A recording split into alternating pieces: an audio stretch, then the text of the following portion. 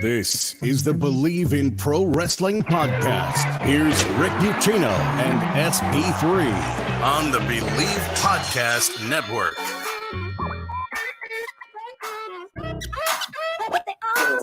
Well, better late than never. Apologies for the technical difficulties, but we are live. It is Tuesday afternoon, already January 31st. SP3, Royal Rumble now in the rearview mirror, and we are on the roads to WrestleMania, as in Cody Rhodes. Much to the chagrin of my co-host SP3, Cody Rhodes punched his ticket to the main event of WrestleMania. He will be taking on Roman Reigns, we assume, for the undisputed WWE Universal Championship at WrestleMania. We shall see once he actually gets there, once we get past Elimination Chamber in 3 weeks, because we got a big matchup to get to first, SP3, which we assume is going to involve Sami Zayn after one of the most tense and brilliantly performed closing segments in Royal Rumble history. It was absolutely brilliant. Moreover, the most important thing I can say, SP3, is almost to a T what happened at the Royal Rumble Sunday was exactly what I predicted about 3 months ago would happen. I am not right very often, but I was right in this case, and I think that's the most important thing to point out from the Royal Rumble on Sunday. Yeah, you were just right, like 3 months before it happened. You didn't call when it would happen, so that doesn't count. I said at the Royal Rumble. I'll go pull the tape. Go ahead, do it. Do what you have to do. whatever fits your ego, sir. But I'm glad that we are back here on the channel, discuss some wrestling. It was a great weekend with the Royal Rumble. Really damn good show. I definitely agree with you. One of the best angles ever shot in WWE history, let alone Royal Rumble history. And it's put this Bloodline whole angle and saga that's been going on for 3 years in the view of wrestling fans, discussing it in the all-time great WWE storylines. Like myself, if you've seen my Twitter page, I caused a lot of controversy with the things I said on our Royal Rumble review over on the True Hill Heat YouTube channel, and I'm probably going to say it here on the show, but I'm glad to be back with everyone who is a fan of the Bleav in Pro Wrestling podcast. Yes, appreciate everybody tuning in, Ozzy and Queen and Noob and everybody who wants to get in the chat. Yeah, I know, Ozzy. It was outside of the Rumble and like the media things. It was a rough weekend for me personally. I felt like that AFC Championship game was refereed by Bryce Remsburg. But regardless, it was a bad weekend outside of like the media events in the Royal. I could go into some stories about some shit that went down in San Antonio, but in my Airbnb, I don't have time to get into it today. But if we have some time somewhere along the week, I'll let you know about my weekend in San Antonio. I don't plan on going back anytime soon. I will say that much. Speaking of the teams that actually did make it to the Super Bowl, if you want to bet on the big game or any big game, our friends over at Bet Online, they remain your number one source for all your sports betting needs this season. Everything from the NFL playoffs, college basketball, UFC, MMA, NBA, WWE, AEW, it's all there. Get the latest odds, team matchup information, player news, game trends. All of it is there with live betting options, free contests, live scores for almost any sport and every game imaginable. Truly the fastest and easiest way to bet on all your favorite leagues and events. Go to the website today or use your mobile device to receive your 50% welcome bonus when you sign up and put in your first deposit. Just make sure to use our promo code Bleav to get those rewards. That is BLEAV, betonline.ag. That is where the game starts. And SP3, we will start with Sami Zayn effectively quitting the Bloodline following Kevin Owens' advice from months ago that said, hey, turn on them before they turn on you. And this is, like I said, I thought this would have been the best way to go, is to essentially do the Return of the Jedi ending here, where you have, the Dark Lord Roman Reigns, who has got somebody that Sami Zayn loves and respects, down and out, and he is telling this man to put the final nail in his coffin, and Sami says, you know what? No, this is a step too far. This is not worth selling my soul. I am a good person deep down inside. And Roman Reigns does what Roman Reigns should never do again, which is turn his back to a man with a steel chair in his hand, and he got whacked. And the symmetry of that moment and Seth Rollins hitting him when the Shield broke up, it was almost mirror. Like the way he fell, his facial reactions, everything was the way Sami swung the chair. It was very well done to a T there.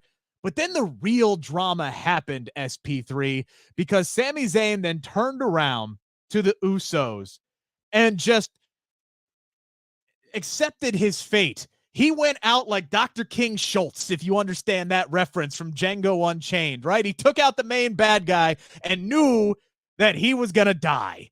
And he just said, instead of saying, I'm sorry, I couldn't resist, he simply looked at Jey Uso and said, I'm sorry, I'm done. And then it was Jimmy who pulled the trigger and super kicked him, and it was over from that point. And then we get that heartbroken Jey Uso who walked out as they were just hammering Sami Zayn down in the middle of the ring. What that means long-term, I don't know, but it makes this story so much more juicier and so much better now as we head into Elimination Chamber in a couple of weeks. Yeah, there hasn't been a lot of WWE storylines that has this level of depth to it, this many layers to it, and just like you said, how it was done with Sami having to watch the Bloodline brutalize the man he used to call his best friend and his brother, and you could see how his facial expression was changing throughout the matchup, and then especially at the end when Roman started, laying out Kevin Owens onto the steel steps with his head hitting the steps. God, that was so hard to watch. And then watching him, Roman looking straight at Sami when he pinned Kevin Owens. And then, like you said, there was several callbacks, because a lot of people are putting a bright light on the Shield callback with Sami hitting Roman in the back, and the way he sold it was the same way he sold the chair shot from Seth Rollins all those years ago, now 8 years ago. It was also a callback to Hell in a Cell 2020, because there was the shot when after Jimmy hit Sami with the super kick, you see Roman in the corner hunched up and his hands are on his head. It's the same way he fooled Jimmy Uso back at Hell in a Cell 2020 into making Jey Uso say I quit. It was the same way, and it's basically it's a meta commentary on Roman Reigns' whole career. Roman Reigns has always been upset that people called Seth Rollins the architect of the Shield, and he put this whole stable together, put his family together, created the Bloodline, and then an outlier, an outsider, someone from the same world of Seth and Dean, basically is the reason why his whole group imploded. And Jey Uso, and I love it was Sami looking straight at Jey Uso saying, I'm sorry, I'm done, I had to do it. And he's like, how can you do this? How can you do this to my family? And Jimmy Uso, great acting on his part.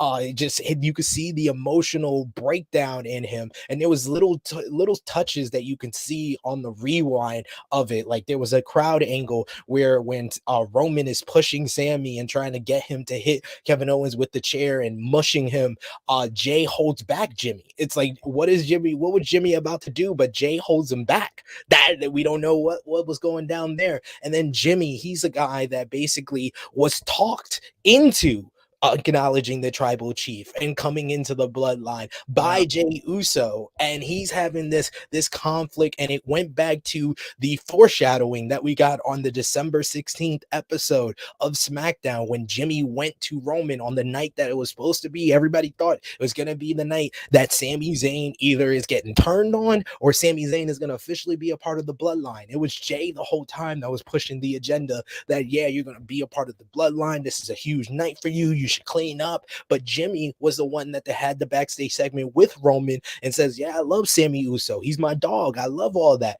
But you're my family.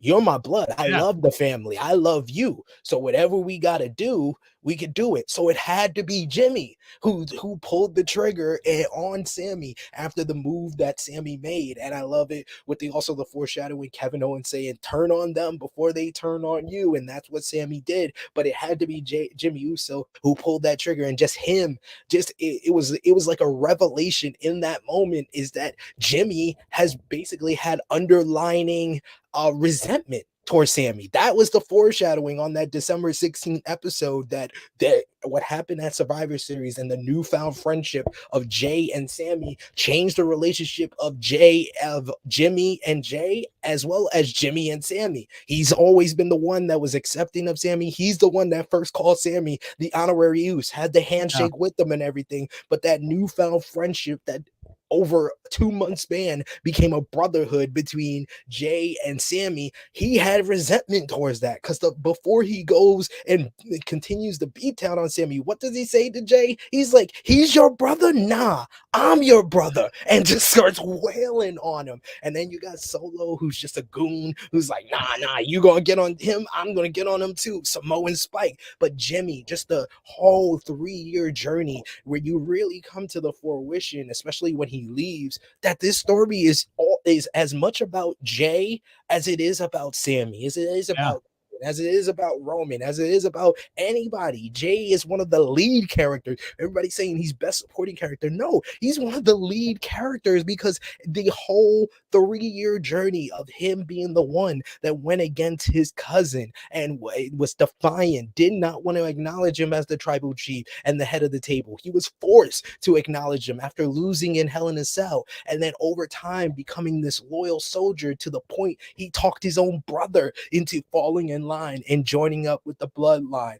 And then they went on this great magical one as the tag team champions. And then you have somebody who basically, he was on the outs after WrestleMania 38, Sami Zayn, after losing to Johnny Knoxville and all the jackass BS. And I loved Roman saying, you want to go back to that jackass BS? Do it now. He's holding you back.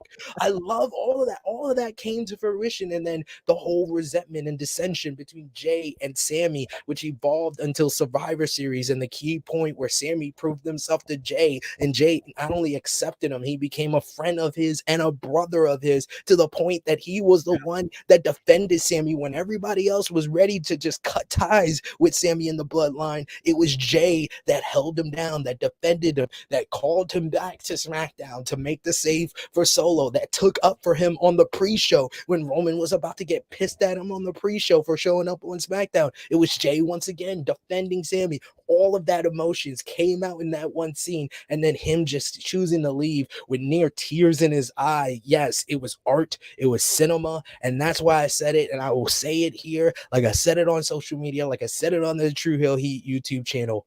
Austin versus McMahon, the Bloodline saga, the best 2 storylines in WWE history. That, I don't think that's that controversial of a statement. And I'll go one step further, or maybe it's along the same lines. And I tweeted this out, and I actually got some positive response because I was expecting to get some pushback on it. Genuinely, the writing staff involved with this storyline, Sami Zayn and Jey Uso, strongly deserve Emmy consideration for the story arc that they have put together, for the writing involved in this, and their performances that they have done with this from start to finish. You will not find a more compelling story and a better acted story on all of television. Like, if wrestling's ever going to get nominated and win an Emmy, this is the damn story, and they strongly deserve consideration for it because it has been performed to perfection. And now we're on the road to WrestleMania, and everybody is looking at this going, well, you got to go with Sami, right? You got to go with Sami. Seems like he just needs to be the guy. Even Sports Illustrated had an article going that there's a fork in the roads to WrestleMania that we have Sami Zayn. And the question becomes, SP3, is will this story be so good and the reaction for Sami be so overwhelming that they have to force, that WWE has to force once again to change their plans that they have? Because right now it is crystal clear who they are ready to strap the rocket to, and his name is not Sami Zayn. His name is Cody Rhodes. He wins the Royal Rumble. I thought I thought it was a very good Royal Rumble match. I have not watched it back with commentary yet. I know there was some confusion about Rey Mysterio. Anything was going to be better than what they put on last year. So as far as like comparing it to other Rumbles, I don't quite know yet. I need to go back and rewatch it. I enjoyed this one. Thought the Women's Rumble was better, but Cody Rhodes gets the win in the end. Cody Rhodes gets the win in the end after a fantastic performance from Gunther, who was one of the big winners of the weekend, going 71 minutes. And they basically had like a 15-minute wrestling match at the end of it. Man came over looking great, but Cody gets the win. He comes out on Monday, cuts a fantastic babyface promo, challenges Roman Reigns. It seems to be set in stone. And you look at everything from the presentation, him winning, the crowd reaction, and more importantly, I think as far as WWE is concerned, the fact that this man's merchandise sold out days before the Royal Rumble, and they had to ship more in. You hear Cody Rhodes talking about the fact that it's going to be borderline annoying, the amount of Cody Rhodes merchandise they're going to have coming out in his post-media scrum ahead of WrestleMania. This man is it. He's next. He's the guy. He is the one that they are ready to strap the rocket to and send him all the way to WrestleMania and win his first world championship over Roman Reigns in the main event. Based off of all of that evidence, the question is, will the story be compelling enough with Sami that they are forced to do a Kofi Mania, where they're forced to place a Becky 2 belts? And those weren't the plans, but that's what happened. Plans can always change. I don't care that this is the match that they have already got the graphic for, Roman Reigns versus Cody Rhodes. Can this story be enough to carry Sami to the promised land so we can get the summer of Sami as opposed to Cody Rhodes' big moment at WrestleMania 39? If Cody had come out on Raw and said, his whole promo and just added the bit that I'm going to be challenging Roman Reigns for the WWE Championship, then I would have said, okay, the door is open for Sami to get in there in some way, whether they want to do night 1 with Roman and Cody and then night 2 with Sami, they could do that. But the fact that Cody said he's going for the WWE Undisputed Universal Championship, I think it's set. It's set. This crowd is not like me, who are doing tope suicidas through the logic holes in Triple H's booking. They're not like me. They're still in the honeymoon phase of they'll accept what Triple H is doing and let it play out because of the quality of this bloodline story. And it's the fact that the story all along has been about Sami reuniting with Kevin Owens, and it's been about Sami and Jay. It's been more about that than it has been about Sami and Roman. That's been an added part of the story. And, I would love to be right and say that, when we come to WrestleMania and Roman does walk out as the champion still, we can still get that payoff of Sami Zayn being the one that ends this legendary run. It's not looking like that right now. It's not looking like WWE is going to pull the trigger on getting the money that would get if Roman Reigns gets to 1,000 days. It looks like they are going to put the rocket on Cody Rhodes. I'm hoping I'm wrong when I say that, because I feel like they can basically check both boxes of complete the story arc of the Sami and KO reunion, them ending this long title run, this historic title run for the Usos at WrestleMania.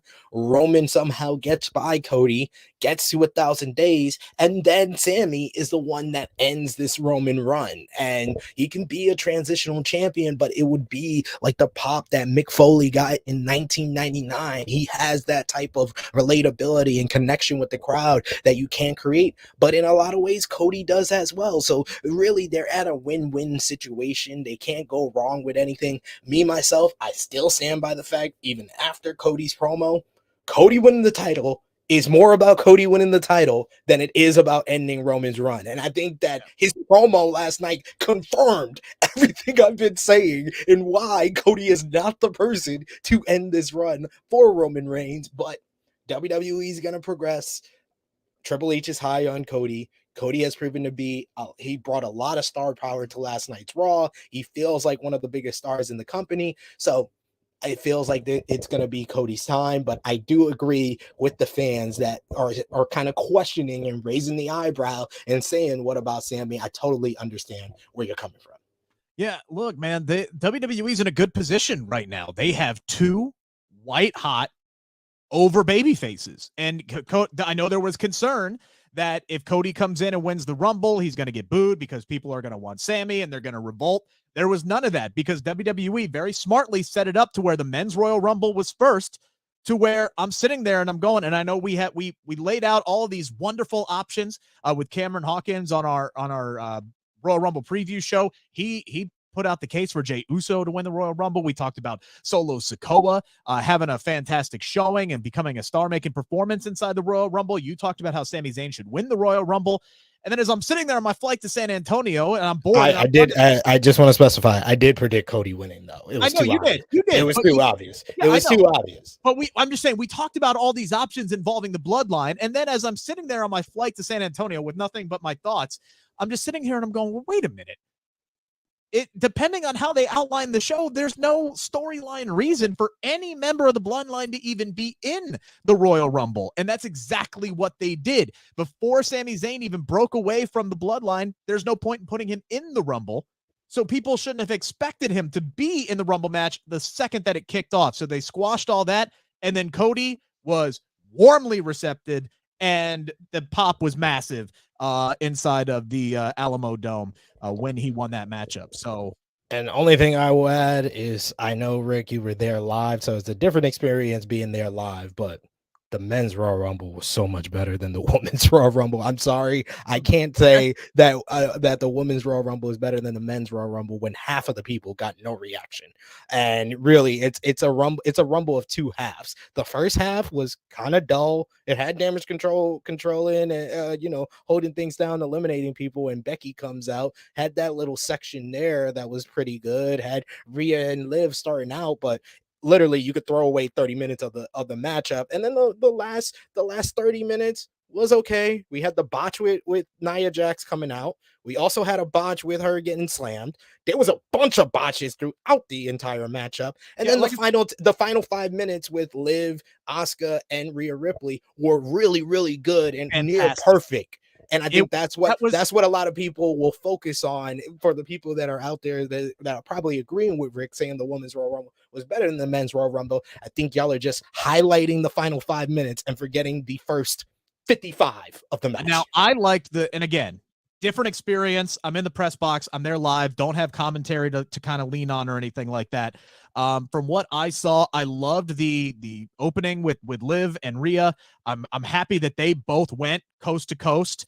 And I know we got people in the comment section who are saying, somebody brought up the fact that Liv needs a huge push based off that performance. I wish I could find that comment. Alex saying, do y'all think Liv needs a big push following her 2023 Women's Royal Rumble match performance? And we'll get there because she is inside the Elimination Chamber. So we'll definitely talk about that.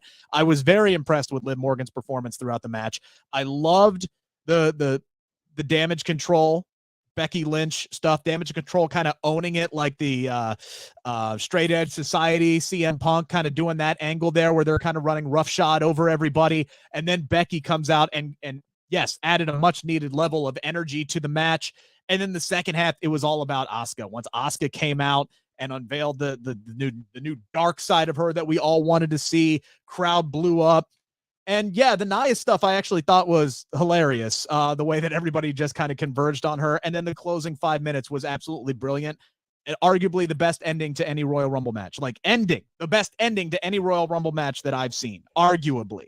It was very good. It was a very good ending. And but like I said, the closing segments, like the final eliminations. Like that was really well done, especially Rhea Ripley holding on, slipping. That was one of the best skinnier cats that you will ever see. But the men's Royal Rumble was so much better. I'm sorry, I'll just say it. You had Gunther as the anchor, then you get the callback to Gunther and Sheamus. Then you get Drew McIntyre and Sheamus controlling a portion of it as the Banger Bros getting eliminations together. Then you had Brock coming out. You had Brock and Gunther having a stare down. Then Bobby Lashley eliminates Brock. Then Brock goes crazy crazy on the outside. Then you had Dominic Mysterio coming out after Rey Mysterio, setting up and further pushing along that WrestleMania matchup. They pushed along the Lashley and Brock Lesnar part of that for WrestleMania as well. Then you had Edge coming out, return. You had Booker T coming out as a surprise.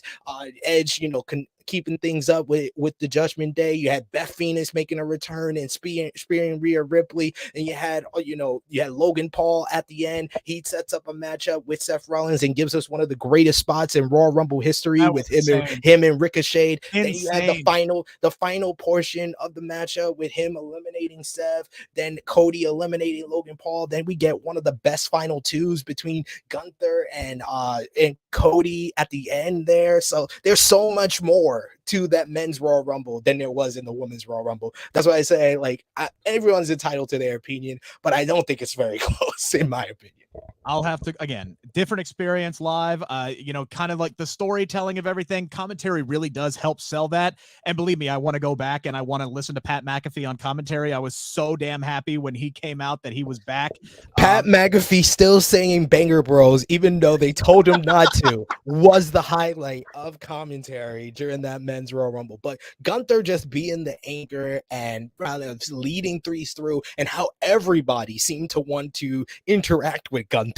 That was just that made. Hey, we got that Gunther Brock stare down too, which, oh man. Yeah, I think that was almost like a, hey, would you guys be interested in this? And then the crowd was like, fuck yes, we'd be interested in this. So hopefully we get that down toward the end. Before we dive into the 5 count, just real quick, kind of a big-ish news story that came out today. Wrestling Observer, Stone Cold Steve Austin looks like he has turned down opportunities to wrestle at WrestleMania this year, whether it was against Roman Reigns or Brock Lesnar. He said, nah, I'm good. So it looks like no Rock, no Austin this year at WrestleMania SP3. And you know what? Honestly, I'm fine with it, man. I'm fine with it. Let's highlight the people you got on the roster right now. I know it's WrestleMania. You're going to get Logan Paul versus Seth Rollins probably. But I think if there's a year to kind of focus on the talent that you got there and push some people and give some people some opportunities in some big stages, build some new stars, this is a year to do it. So if you couldn't get Rock, you couldn't get Austin, you're in a good spot where you still had plenty of great options to go up against Roman Reigns, whether it's Sami or Cody, like we talked about. I think they're going to be just fine without both men on that card. Yeah, it's kind of understandable if you're Austin, you don't want to ruin what was so special about last year, and maybe you couldn't get into shape like The Rock or something like that. But regardless, I think that it gives WWE the opportunity to put more of a spotlight on the other stars that they have. And now the night 1 of WrestleMania, because you would think right now night 2 is going to be headlined by Cody versus Roman. We got the women's championship matchup, but I'm sorry, I don't think that's main eventing night 1. So you have an option of that match, as well as maybe Sami and KO versus the Usos on night 1 headline. I would do that because of how hot this angle is. So yeah, there's a lot of different options. So Stone Cold is not as big of a loss as it may have been last year. Yes, let's see. A-Shock, wasn't the intention of having Cody win to dethrone Roman to convince guys like Ricky Starks, Wardlow, and MJF to jump ship? I mean, look, that was never like the intention. I think as long as like Cody was booked well, that would be the perceived like thought process there. But that's just fans talking. Right. That's just fans talking. This is something that SB3 and I talked about. Like, well, they need to book Cody like he matters. So when these guys come up, but it's a whole different ball game here now, folks. It's a completely different ball game with Triple H in charge. And yeah, I don't think anything that moves this way forward with Cody is going to have any impact on any AEW stars coming over. SP3, you look like I'm exhausted by y'all Cody fans. Because y'all Cody fans have changed this shit so many different times. The story, his whole thing, gotta come back to finish the story. The story was established in the promo on the Raw after WrestleMania 38. Was Cody winning the WWE title because his brother and his father never hold the title? Why? When did it become Cody has to win the title and it has to be against Roman and it has to be at WrestleMania and it has to be for both? Like, y'all have added so much shit to this. Stop. Just be happy. He was plan B. And that's another thing that Cody fans want to act. Oh, Cody versus Roman was always the plan. No, it wasn't. No, It was Rock and Roman. Roman. Like, stop. Rock admitted it. Roman admitted it. Triple H admitted it. Cody was plan B. He is the plan now. So be happy. But he was plan B. Let's not try to change the facts. He's plan B. It was never supposed to be Cody and Roman at this WrestleMania. If The Rock wanted to come back, Cody would be moved aside. He would be moved aside. Be happy for what you have. Oh, I love you, SP3. I really do. It's time to answer the 5 count on the Bleav Podcast Network. So SP3, Rhea Ripley won the women's Royal Rumble, entering in at number 1, outlasting the other 29 women, went over an hour, did so with a dislocated knee on top of that, which made the performance even more impressive. I had the opportunity to ask her about her 2 options during the Royal Rumble press conference afterwards. And I did that on purpose because I was hoping, SP3, that WWE would play this out as a very tough decision, because I think it would be a tough decision for Rhea Ripley. And instead, they have her come out 2 days later and just announce her choice right here and now. I did not like the fact that they made her announce her choice the Raw after the Royal Rumble. There is no need to rush into that. No need whatsoever, because it is a difficult decision for all the reasons that she laid out. Yes, she has history with Charlotte. She owes her for losing the NXT championship to her, for losing the Raw Women's Championship to her. But you also have Bianca Belair, somebody she has history with in NXT, and somebody who has absolutely dominated the Raw Women's division. If you want to come in and you want to assert your dominance as the new lioness of the women's division, you're going to go after Bianca Belair right now. It was a difficult decision, and they should have played on that. And they also should have at least given us like a 2% thought process that Sonya Deville might win this Friday. They got a world title match this Friday. They don't even care. We already know that Charlotte's going to win that bad boy. So I had an issue with that. What I did not have an issue with was Rhea Ripley choosing Charlotte Flair. I know everybody wanted to see her and Bianca throw down. The story is better with Rhea Ripley going up against Charlotte Flair, in my opinion, for those exact reasons. You can go back to WrestleMania 36, where Charlotte beat her for the NXT title. You can go back to the fact that Charlotte beat her to win her Raw Women's Championship, and the fact that Rhea Ripley has not been able to beat Charlotte Flair. She's better now. She wants to get revenge, so she's going to go and she is going to win the SmackDown Women's Championship at WrestleMania. I think that is a better story than her going up against Bianca Belair. I have no problem with this. I mean, like I said before, everyone's entitled to your opinion, but Rick is wrong. The better story was Rhea Ripley and Bianca Belair, because they've been teasing it for months. And literally Triple H had a layup of a perfect. This is the Triple H regime women's title match with 2 of his NXT babies going at it. Rhea Ripley being built as this unstoppable force who went through 29 other women, won the Royal Rumble, to verse the woman that's been holding down the Raw Women's Championship for 300 days. Great that Rhea Ripley had the built-in story of Charlotte Flair beating her at WrestleMania 36. But one, we've seen this match a lot. We saw it at WrestleMania 36. We saw it in a triple threat at In Your House 2020. We saw it in a triple threat at WrestleMania Backlash 2021. We saw it in a singles match at Hell in a Cell 2021. We saw it in a singles match at Money in the Bank 2021. I've seen it. You are going to do a Vince McMahon matchup that we've seen over and over again. And 2, you basically are forcing the fans to turn both women. Because I can guarantee in Los Angeles, those fans are not going to cheer for Charlotte Flair, who's the baby face in this situation. They'll be cheering for Rhea Ripley, who's the heel in this situation. Yeah, I think that's the goal. And 3, no, that shouldn't be. That's not the goal. Stop it. Don't. That's not the goal. It's not the goal, because Rhea Ripley is a part of the top heel faction on Raw. The goal is to get Judgment Day over to SmackDown. That's purely it. And Yeah. then three was the fact of the realization that I had this morning of, you do realize we've gone 5 years since the first ever women's Royal Rumble match, and not once has the women's Royal Rumble winner ever just challenged for the Raw Women's Championship ever.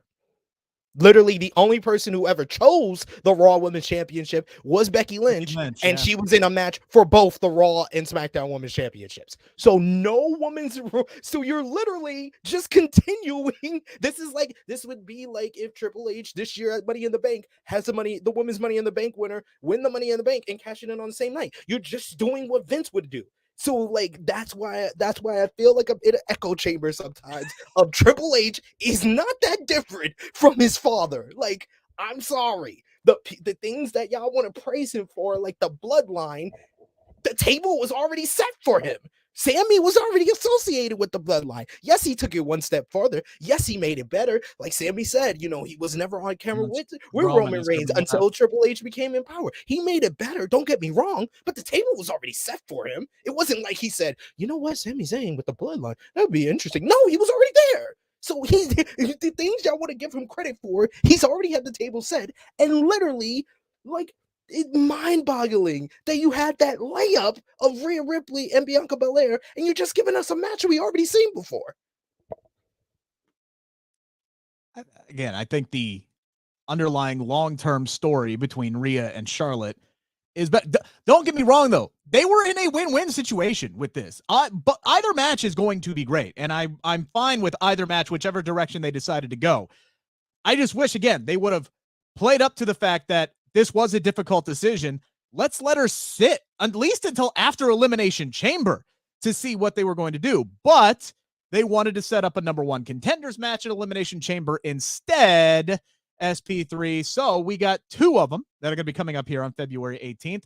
One is for the United States Championship, which is setting up to be very, very good. So far, the guys who have qualified, along with Austin Theory, the champ is Seth Rollins, Bronson Reed, and Johnny Gargano, who I think had a very good weekend. And then we have the Raw Women's title number one contender match, Nikki Cross, Raquel Rodriguez, this new Asuka, and Liv Morgan. SP3 right now, who are your early favorites to win these two matches? Who do you think will face Bianca Belair at WrestleMania? It's Asuka. I hope it's Asuka. That's the only thing that makes this misguided choice of Rhea Ripley and Charlotte Flair. Like, I'm sorry, y'all can tell me night and day that this is the right choice. This is the right choice. No, it's not. You're giving us the same match that they've done before. It's not the right. It's never the right choice. But Rhea Ripley made sense of it. Oh, fine and dandy. So the only way to make this right for Bianca and have her have an interesting title match as well is Asuka winning. But Asuka was the right choice to challenge Charlotte Flair at WrestleMania. I'd rather see her get revenge for the WrestleMania loss than Rhea Ripley. Anyway, but Asuka at least deserved that title match. She has this new character. It would be interesting. For the United States Championship, I think I would find more interesting, and it elevates the United States Championship if Austin Theory does win the Elimination Chamber, and it seems obvious he's versing John Cena at WrestleMania 39. Right. So it's Cena versus Theory for the U.S. title. It elevates the U.S. title, puts it on a different level since John Cena is challenging for it. So I would take Theory for that. I'm looking at this, and I think Asuka is the slam dunk favorite for this. I think both Raquel and Liv Morgan had really good weekends. I don't know what their long-term plans with them are right now. We got Dragon here saying that Raquel is probably their choice. I don't think so. I don't think that that's as big of a slam dunk. I think the Royal Rumble was a great spot to get Raquel on the right track, a great catalyst for performance for her. She got a hell of a hometown pop. I don't know how it came off on television, but she got a great hometown pop. live there in person. One of the loudest reactions for the Women's Royal Rumble. I was very happy with her. Would have liked to have seen her get some more eliminations, but still a good showing for her. Good showing for Liv. I don't know what they're doing with Nikki Cross. I think she just got into this match based off the fact that she was one of the final 4 who didn't win the Royal Rumble, which I was fine with, because usually they just randomly pick women for these kind of spots instead of doing full-on qualifiers, but they actually gave a reason for this, so I was happy with that. I'm going to go with Asuka, though. They got this new persona. She's kind of this heelish woman now, and she's on Raw. We'll see who the last 2 end up being. Interesting, though, SP3, is we know these last 2 are not going to be Becky Lynch or Bayley. That's more interesting for me, is what those 2 are going to end up doing. Well, we don't know who the final spot's going to be for, so... They set up number 1 contenders, Matt. They set up at least one number 1. They set up 1 for the 5th spot. So there's 1 spot remaining after that. 1 spot remaining afterward. Both Becky Lynch and Bayley are not going to be getting into this matchup. So maybe one of them, and I don't know. It right now, though, it seems like it's an Asuka for a slam dunk. And I'm actually hoping, I know you said Austin Theory retaining. Right now, I'd like to see either Bronson or Johnny Gargano win that match. I think Austin Theory will probably retain, but the way that they got this lineup set up, it's very interesting. I think they could go a lot of different directions. Yes, Ozzy, I think Carmella being back is great. I was happy to see her back and healthy. I don't know if she's going to qualify for the chamber match. And I don't think Chelsea Green is going to qualify either. I do like what they're doing with her so far, at least the whole Karen thing. I didn't like her getting eliminated in like 5 seconds at the Rumble, but I think she's going to play that to a T. SP3, we briefly kind of talked about this, but who do you think were some overall for the pay-per-view real quick here? Who do you think were some of the other winners and who were some of the losers at the Royal Rumble this weekend? Biggest winner, I would say, is Gunther. Just an Iron Man performance, setting the record for traditional Royal Rumble matches, and it felt like another star-making performance, like he had at Clash at the Castle with Sheamus. It felt like they were putting him on another level and letting it be known that he is a future main eventer. And if they are going to strap the rocket to Cody and he's going to be the next champion, I think Gunther is the guy to dethrone Cody. It would be like Sting versus Vader back at Great American Bash 1992. It would be so perfect. Other than that, everyone in the Bloodline segment, yeah, they deserve to be considered winners. And as far as losers, I hate to say it, Bray Wyatt. This is a quote that I put up on True Hill Heat. I said it on True Hill Heat, and I got a lot of people who agreed with me. Bray Wyatt may be the greatest and then the bell rings wrestler of all time. He finger banged all his fans up until Royal Rumble, and that was one of the worst matches I have ever seen in a Royal Rumble event ever. It was cool neon lights. The match peaked when the bell rang and you saw the black light. That's when the match peaked, and yeah, it was not good. It was 5 minutes. Then we had the post match where Uncle Howdy whiffed on the coffin drop on LA Night. You're getting ahead of me with question 4 here, which is where exactly did the Mountain Dew Pitch Black match go wrong for you? Because the bell rang.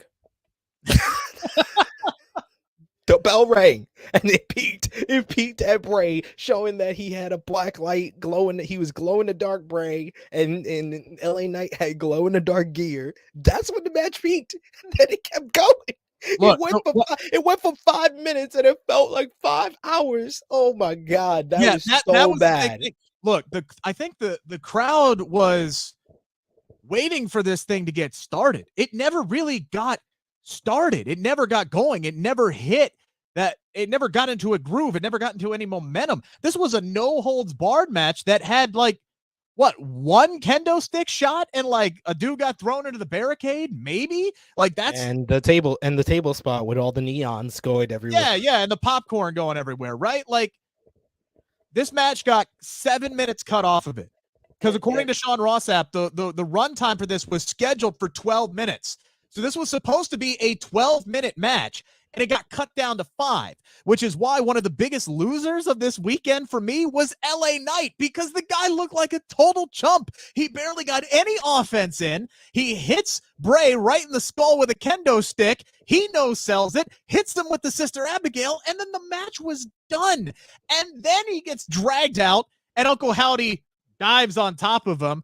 This whole thing was a mess, and I wanted it to be good. The aesthetics of it were actually really great. Like, honestly, it looked cool as hell. There was just nothing in the match because they got the go-home signal 5 minutes into it. Yet we still had to get that fucking Hardy concert at the end. Cut that shit. Don't cut your matches. And then WWE's like, they're unhappy with Hardy's performance. And Ace in the chat saying the pitch black wasn't Bray's idea. Yeah, I never said it was Bray's idea. But I'm sorry, we are here now, 10 years into Bray Wyatt on the main roster. And yes, we've had some breaks in between, injuries, releases. Yeah. But my man, it's Bryan Danielson at Royal Rumble 2014, and Bryan Danielson is like the greatest wrestler of his generation. That's the only great match I've ever seen from Bray Wyatt. I've seen good Bray Wyatt matches. He had some good matches with Roman Reigns. He had some good matches with John Cena, but he may be the greatest and then the bell rings wrestler of all time. I'm waiting for someone to tell me someone who is a greater and then the bell rings wrestler. I heard someone say Ultimate Warrior. Ultimate Warrior has WrestleMania 6 against Hulk Hogan, WrestleMania 7 against Macho Man Randy Savage. I'm sorry, guys. 2 is greater than 1. I said 1 great match for Bray Wyatt. If he has 1 great match and Warrior has 2 great matches, Warrior is better. So Bray Wyatt is at the top of the end the bell rings wrestlers of all time. I just want them to let this man have a match. Like, literally, just let this guy wrestle a regular match with the lights on, no gimmicky stuff, and just see what the guy has. The guy can go. I know he can go. Just let him wrestle a regular fucking match. Whatever his match is going to be at Mania, whether it's against Uncle Howdy, Bo Dallas, whoever the hell it's going to be, please just let this man wrestle. And the other thing that I think that killed the Mountain Dew Pitch Black match, I thought this was going to be the setup for some big reveal. Not only did we not get the reveal for Uncle Howdy, we got another, like, just dick tease with the Alexa Bliss stuff. There was no storyline progression at one of your biggest shows. That was the time to do it. They didn't do it in either match. They legit just replayed the same Alexa video that we saw before. Yes, they did. I was like, dude, like, you could have saved that whole Uncle Howdy ending that you did with Pitch Black for the Alexa and Bianca match. Like, I don't know what was worse on this show, is the horrible Pitch Black match or the fact that Alexa and Bianca got 7 minutes and it felt like if I missed it, I didn't miss anything at all. It happened. It was a match. I know, and that was the one I was looking forward to the most because those two work very, very well with one another. And that was another match that just felt like it never got out of the gate, really. Like, it was just getting good, and then it ended. It was over. It was done. And as far as another loser of the weekend, Karrion Kross loses to Rey Mysterio on SmackDown and then gets eliminated within like 3 minutes inside the Royal Rumble. I don't know what to read into that, but he did not have a great weekend. As far as a winner, Piper Niven. Piper Niven, 100%, being back, being healthy, having her name back. I thought she had a great showing in the match. And I already mentioned Liv Morgan beforehand. We did get one other return. We have Frantic Girl saying some people like that Pitch Black match. I mean, there's some people that like a dog shit on the corner. That's great. It's still shit. We got one final topic here, SP3. I know we're running way late here, but Nia Jax did make her return at number 30 abruptly because they messed up the count. Somebody hit the wrong button. Some questions about whether or not she's actually signed with the company. I think she has because she has merchandise out with WWE, so that would make me think that she's back. Let's just say she is back, SP3. What does Nia Jax bring to the table if she is back with WWE full time? I'll tell you, ladies and gentlemen, it's something that I enjoy. It's something that real people, real fans enjoy in Nia Jax. It's her theme song. I'm not like most girls. I'm not a plastic little plastic. Lucky for me, I'm not like most girls. That song is forever one of the greatest bangers. I love being live at the event and hearing that song. If I was next to Rick at the Royal Rumble, he'd be so annoyed by the fact that I love Not Like Most Girls. It's one of the greatest theme songs of this I wouldn't generation have heard you. of professional. Yes, she would have. Trust me. Ask people that have been to beds with me. Her song is iconic. You know it, Dragon. You know it. People know it. The real fans know it. I mean, Queen Monet says if Nia Jax says this is the worst re-signing in Triple H regime. No, there's a battle for that, honestly, because there's more bad re-signings for Triple H than good ones. But what does she bring to the table? The theme song. Yes. That's about it. I've actually thought long and hard about this. And you may call me an idiot for the third time on this show today, but I think she is exactly what SmackDown needs. Because you know what she brings to the table? Heat. The crowd hates her. They hate her. They loathe her. She is exactly what SmackDown needs. She needs to be going in there and wrestling the Raquel Rodriguez's and the Tegan Knox's and all these people on SmackDown who are not over, who are still in the getting to know you phase with WWE, because they are going to root against Nia. And I think before you know it, they're going to not only be rooting against Nia, they're going to be rooting for the people that she is wrestling. Heat is worth money. It helps get the baby faces over. It helps sell their t-shirts, and it puts butts in seats because you want to see that person get their ass whooped. I think she's exactly what the women's roster on SmackDown needs, is because people are going to be interested in what Nia Jax is doing because they want her to lose, and I think eventually it'll help those baby faces get over a little bit. I think that's what she brings to the table. Lucky for me, I'm not like most girls. I'm not a plastic little piece of Lucky for me, I'm not like most girls. A-Shock saying Lacey is the one in that role, not Nia. Look, you need more than one. Anybody who can generate a reaction from your audience is valuable to you, whether it is positive or negative. All right, SP3, we're way over on time. I do apologize. I know you got to get to work. What's going on in the True Heel Heat YouTube channel this week? Well, right now, you guys can go over there, check out my new interview with Impact Wrestling's own Tom Hannafin. We talked about his first year with Impact Wrestling. We talked about his journey in WWE, his relationship with Michael Cole, how he reacted to being released from WWE, how it is taping for Impact Wrestling against live shows. So we learn a lot about the craft of commentating with Tom Hannafin. So go over and check that out right now. You also got our Royal Rumble roundtable review, where I don't think I've ever had a review where I love something as much as the Bloodline segment and hated something as much as the pitch crap match. So go over there and check it out right now. I'll be back on the channel tomorrow, actually, for our NXT Vengeance Day preview. So go over there and subscribe. We had a huge month in January, over 700 subscribers in January. So we're pushing forward to 5K over there. There you go. That's what I like to see. Oh, by the way, if you're new to the show, new to the channel, we picked up some subscribers this weekend. Go ahead and pound that subscribe button. Hit that thumbs up button as well if you like the show today, because that really helps drive up our audience. You have no earthly idea. We're closing in.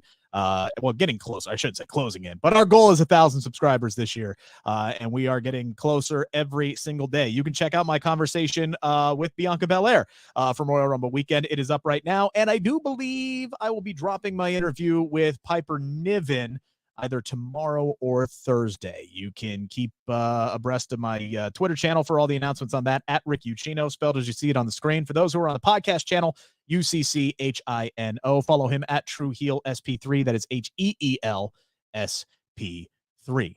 Appreciate you guys. Thanks to everybody who tuned in today, who sent in the comments. I'll try to do better to get to more comments next week. We were just kind of rushed today, and I still ended up going 14 minutes over. So this has been the Bleav in Pro Wrestling podcast, brought to you by Bet Online. Have a great week, everybody.